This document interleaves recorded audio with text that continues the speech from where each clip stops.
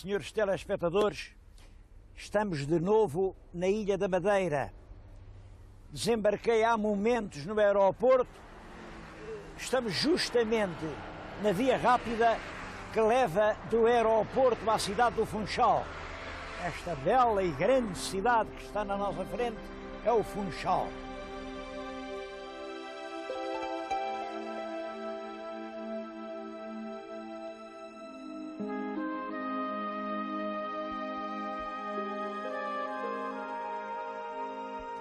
Outra vista sobre a cidade. Aqui estamos no ponto oposto. Estamos no pico de Barcelos e vê-se o casario a subir pelas encostas. Bom, mas o Funchal tem tantos lugares de interesse, tem tantas curiosidades, tem tanto para mostrar, que acontece isto. O turista vem de fora, chega aqui, passa aqui todo o seu tempo, há sempre que ver, os arredores também são cheios de interesse e acaba por não ver mais nada. O resultado é que fica-se sem uma ideia da extraordinária beleza de toda a Ilha da Madeira. Por isso, eu proponho hoje aos meus telespectadores, vamos sair do Funchal e vamos dar uma volta pela Costa Norte. Vão ver como é bonita a Costa Norte. É claro que a Ilha da Madeira não tem só o sul, também tem o norte. E também é verdade, como dizia uma carta, que o norte não fica nada a dever ao sul. O norte é até mais vigoroso, mais verde, mais rude, mais autêntico. E tudo isso é verdade. Bom, o que acontece é que é no sul que o clima é sempre mais luminoso, tem mais sol, por isso tem menos água. Eu tenho aqui um mapa e reparem, isto é a Ponta de São Lourenço, depois o Machico, Santa Cruz, o Funchal, Câmara de Lobos, a Ribeira Braga, a Calheta, tudo isto, até à Ponta do Parque, tudo isto é sul. Bom, no norte, não há essa abundância de cidades, é uma costa muito mais áspera, talhada a pique sobre o mar. Em todo caso, é um lugar fascinante. Eu saí lá de baixo, do sul, viram o sol que estava a fazer no pico de Barcelos. Bom, estive no carro, cheguei cá acima, olhem agora como isto está. A verdade, não é sempre assim, aqui também há muitos dias bonitos, e quando há sol, isto parece um jardim. Há escritores que dizem mesmo que é a parte mais bonita de toda a Ilha da Madeira. É uma maravilha. Mas, é claro, o nevoeiro não deixa ver. Se não houvesse essa barragem de nuvens, nós daqui avistávamos um horizonte enorme. Ao longe, víamos Porto Santo. Depois, é claro, aqui estas terras perto, o Porto da Cruz, São Roque do Faial, o próprio Faial, a Cortada de Santana, ali para o longe, a grande massa do Pico Ruivo. Tudo isso se via daqui. Assim, olhem, como se não via nada, eu vim aqui instalar-me num sítio que também é muito acolhedor, que é o restaurante do Miradouro da Portela. Eu vim para aqui, como vem para aqui muita gente ao sábado e ao domingo, o Miradouro da Portela é um lugar que se não esquece. É do Sr. João Vieira da Conceição, devo-lhe o favor de nos terem prestado isto, quase como se fosse um estúdio, para a gente estar aqui, aquecer-se aqui, está aqui um rico calor e lá fora está frio. E muita gente vem aqui. Vem aqui hoje, e isto é que é engraçado. Há 400 anos, já este lugar era um lugar de romagem. Eu já lhes tenho falado no grande autor das Saudades da Terra, que é cronista injustamente desconhecido, e ele fala nas festas que se faziam aqui e diz uma coisa curiosa. Dizem que as pessoas vinham para fazer uma festa a Nossa Senhora, e aí uns diziam que era a Senhora do Guadalupe, outros diziam que era a Senhora disto, daquilo, mas Isto é admirável. Hoje, os madeirenses aqui do sítio resolveram o problema. Dizem que é a festa das 7 senhoras. Pronto, para não haver problemas, não é esta, nem é aquela. 7 senhoras, vejam lá o que isto representa de inteligência e de tolerância. Para não estarmos com discussões, são todas 7. A festa das 7 senhoras. Mas quando o autor das Saudades da Terra falava aqui na festa só da Senhora de Guadalupe, dizia que se comia aqui muito bem e que as pessoas vinham e que comiam vaca, comiam porco. E até era especialmente apreciado o chibarro. Chibarro, dizia o chibarro, é uma coisa que noutros sítios é até assim uma carne que não é grande coisa, não, o chibarro é uma carne um bocado desprezada. Pois aqui põe o chibarro acima de tudo. Bom, o chibarro vem de chibo, o chibo hoje nós chamamos-lhe o cabrito. Portanto, esta terra podia ter aí um letreiro a orgulhar-se de ter descoberto o sabor do cabrito. Uma outra característica, mas esta é tanto no norte como no sul, é a hospitalidade.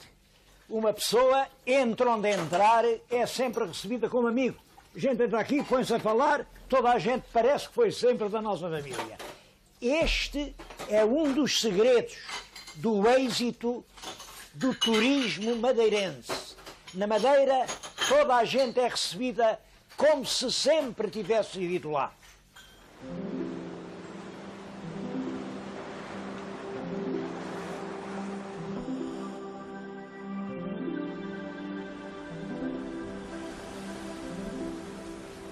Um dos lugares mais evocativos de toda esta costa norte é o Porto da Cruz. Estou justamente no Porto da Cruz. Os primeiros navegadores que aqui chegaram davam volta à ilha com os seus barcos à procura de um lugar onde pudessem desembarcar. Bem, eles acharam que aqui, neste grande arco de montanhas, havia aqui umas rochas, podiam pôr o barco, desembarcaram, escavaram além, no tufo, as suas primeiras habitações e no alto, bem no alto, arvoraram uma cruz para se ver de longe e todos saberem que aqui era o Porto da Cruz. Eu acho que esta aventura na descoberta do mundo, esta marcação dos lugares, para mim é emocionante. E a verdade é que ainda hoje, no sítio onde a cruz esteve erguida, se chama o Lugar da Cruz. E a pequena povoação que nasceu aqui à volta continua a chamar-se o Porto da Cruz.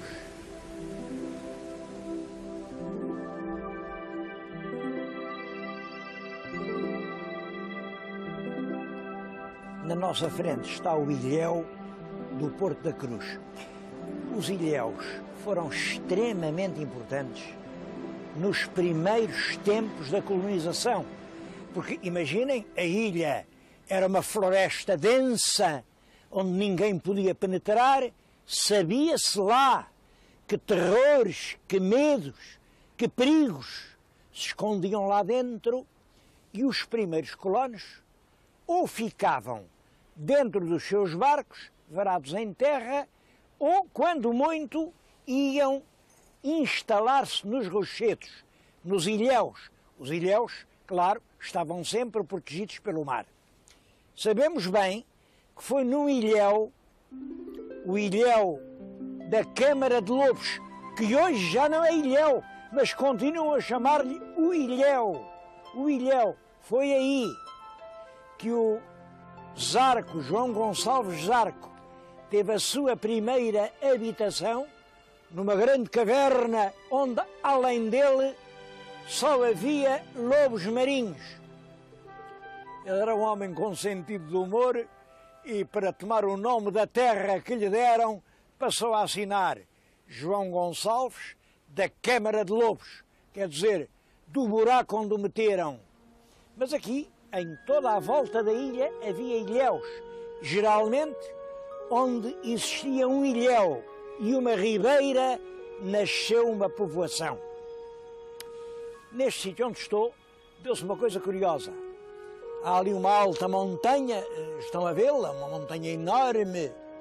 Pois bem, no século XVII, nos finais já do século XVII, um grande pedaço da montanha desprendeu-se e lentamente, suavemente, foi avançando pelo mar. Os cronistas dizem que foi um fenómeno tão estranho que havia lá casas, as casas não se desmoronaram. Em algumas das casas havia potes de barro com água nas cozinhas, os potes não se partiram. Houve até um caso em que num quintal estava uma pata a chocar os seus ovos, pois a pata não saiu do seu ninho. E assim a terra andou meia légua mar dentro. Na manhã seguinte, a Ilha da Madeira tinha mais aquele terreno, que ainda hoje é um espaço agrícola lotado. Mas quero dizer que também não foi o único caso em que a terra se desprendeu das serranias e foi fazendo novos espaços de agricultura. É essa a origem de algumas feijãs, e foi isso o que aconteceu concretamente com a Câmara de Lobos.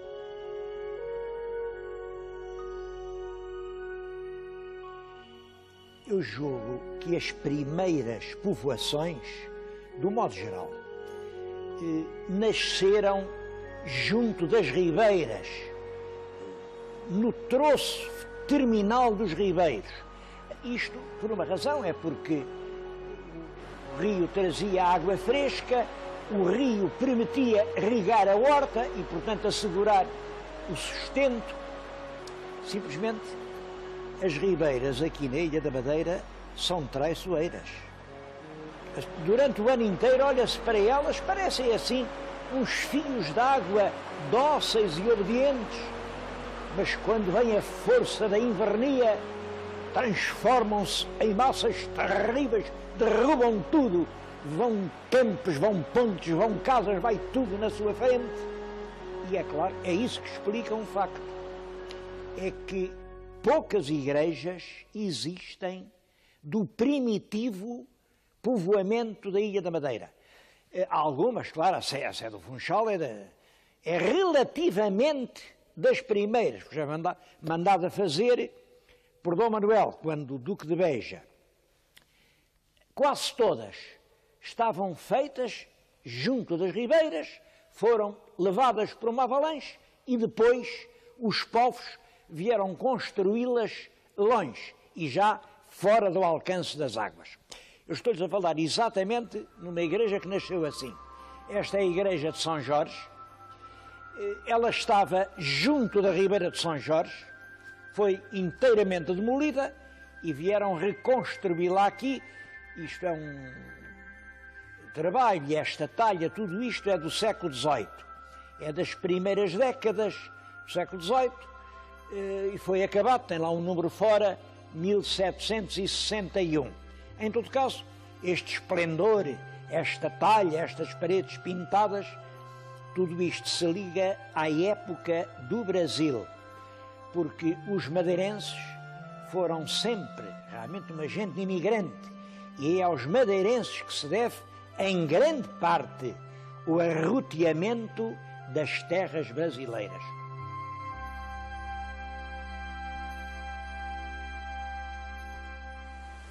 Bom, eu disse que essas igrejinhas construídas mesmo junto dos ribeiros, vieram as grandes enxurradas e levaram-nas. Mas é claro, não há regra sem exceções.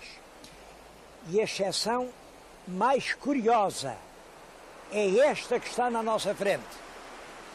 Aqui, junto desta ribeira de São Vicente, mesmo na foz diante do mar, erguia-se um pequeno ilhéu. Os primeiros povoadores escavaram com o ferro ali um altar e fizeram lá uma pequena ermida para São Vicente. Como o mar nunca pôde levar o ilhéu, ainda hoje lá está a ermida de São Vicente, posta pelos primeiros povoadores. Claro, primeiros relativamente, porque eles só chegaram aqui à costa norte depois de terem ocupado as regiões mais fáceis da costa sul. Eu estou aqui em São Vicente. São Vicente é uma das terras mais bonitas da Madeira. E já que estou aqui, junto da Ribeira, queria mostrar-lhes uma curiosidade.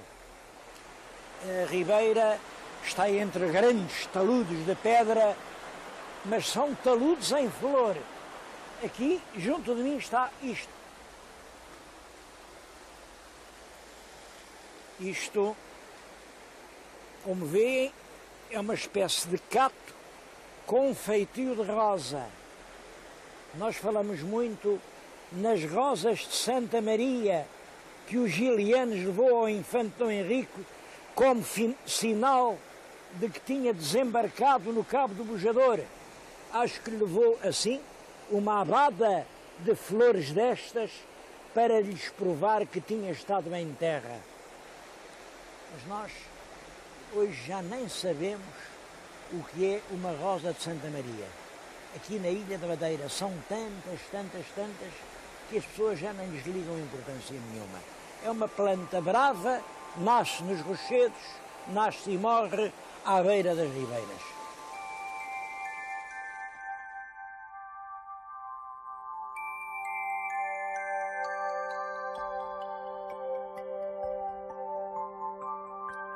Uma das curiosidades de São Vicente são as grutas. Eu estou agora dentro de uma gruta, isto eram galerias formadas pela própria lava vulcânica. Se olharem para o teto, veem ainda perfeitamente o feitio das lavas. Estas galerias têm importância para a história da Ilha da Madeira.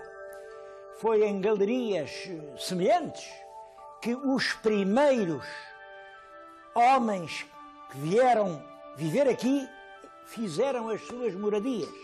Sabe-se que o próprio Zarco viveu numa gruta. Ele, aliás, por humor, acrescentou ao seu apelido simples, João Gonçalves. Ele disse João Gonçalves da Câmara de Lobos. Câmara era uma coisa destas, isto é uma câmara. Câmara é uma palavra que quer dizer lugar fechado. Câmara. João Gonçalves da Câmara de Lobos. De Lobos porque era marítima e ele naturalmente tinha que partilhar o seu espaço com os lobos marinhos. Esta não era de lobos, era dos vulcões, mas também serviu quando apareciam os piratas ao longe a saquear a vila, toda a gente se escondia aí por essas grutas. Não sei se nesta, porque esta estava semi-aterrada com detritos e só está aberta à curiosidade turística desde o ano passado. Portanto, uma coisa nova. Foi em 1996, em outubro, que abriram estas grutas de São Vicente. De então para cá já vieram aqui perto de 40.000 pessoas. Muito próximo de São Vicente fica uma outra localidade com uma história extremamente curiosa. É aqui que eu estou, isto é Ponta Delgada. Não confundam, claro, não é Ponta Delgada dos Açores, é Ponta Delgada da Ilha da Madeira. A tal terra a que chamavam antigamente a Corte do Norte. A escritora Agostina Bessa Luís tem mesmo um romance com esse nome, A Corte do Norte. Do norte da ilha, claro. E corte porquê? Isso é que é curioso e era isso que eu queria contar. Se olharem bem atrás de mim, está ainda um prédio arruinado com uma torre. É apenas uma das muitas casas senhoriais que aqui havia. Claro que todas estas encostas eram trabalhadas à força de braço, mas os proprietários eram poucos, viviam aqui nestas terras, viviam confortavelmente. Por exemplo, aí tinham uma torre onde podiam ver bem à volta se as pessoas estavam a trabalhar ou não. Bom, e os que trabalhavam pagavam aos donos das terras uma parte daquilo que produziam. Bom, mas vocês querem saber qual era a parte? Ficou famoso o regime mais frequente, 3 por 1. Se a terra dava 4 alqueires, 3 eram para o dono da terra e 1 para quem a trabalhava. Era isso que se chamava a colonia, porque esses pobres trabalhadores, que é claro que passavam fome, não tinham casa, não tinham nada, e que trabalhavam por 1/4 do produto, chamavam colonos. Como é que isso foi possível? A explicação é também esta. É que aqui na Madeira, para arrotear estas terras, houve uma grande importação de escravos. Quando vêm as leis do século XIX, as leis românticas contra a escravatura, as leis disseram: bom, eles agora já não são escravos, agora são colonos. Mas o nome que dão às pessoas não conta assim muito. O que importa é a forma verdadeira que se lhes dá. É o pão que têm para comer. É a vida, é a saúde, é a cultura. E devo-lhes dizer que entre os colonos, que houve aqui até há pouco tempo, e os escravos, de que a gente diz tão mal, a diferença não era grande. Não era grande. Bom, é claro que isso, naturalmente, começou a chocar fortemente as consciências das pessoas mais evoluídas. E eu queria falar aqui de uma personalidade notável, um escritor quase nosso contemporâneo, o escritor Horácio Bento de Gouveia. Horácio Bento de Gouveia era dono de muitas terras. O pai dele era um desses grandes proprietários que viviam da colonia. Pois, apesar disso, o Horácio Bento dedicou a sua vida a escrever contra essa injustiça. Há uma série de livros dele, como a Canga. A Canga, das primeiras edições, até chamavam-se Os Ilhéus, mas a Canga. Como As Lágrimas Correndo o Mundo, em que fala dos imigrantes madeirenses. O Torna Viagem, O Regresso dos Imigrantes. Essa obra é notável. Bom, e concorreu muito para que, desde há uns 50 anos, as pessoas começassem a reconhecer: não é possível manter este regime de injustiça e servidão. Olhem, a verdade é esta. Passo após passo, foi-se resolvendo esse problema e esta região da costa norte da Ilha da Madeira pode-se orgulhar de ter feito uma reforma agrária inteiramente justa, sem violências, sem passos atrás, e que hoje está completa. Já não há colonos. Cada um é dono da terra que trabalha e senhor do teto sob o qual vive.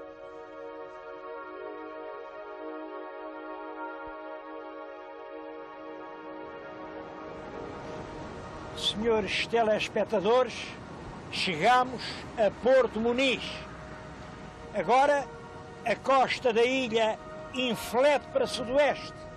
A paisagem vai ser completamente diferente. E tem igualmente lugares maravilhosos. Mas eu, chegado aqui, queria fazer uma reflexão. Em cada ano, muitas centenas de milhares de portugueses saem do país, passam a fronteira, vão por esse mundo e de todos eles, pouco mais de 100 mil vêm à Ilha da Madeira. Porquê? Eu penso que é principalmente falta de informação.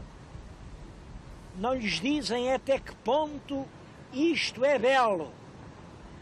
É exatamente por isso que eu quis fazer esta volta pela Costa Norte. Mas olhem, acabo a pensar que agora tenho outra vez que recomeçar o caminho. Temos que ir conhecer a Costa Sul.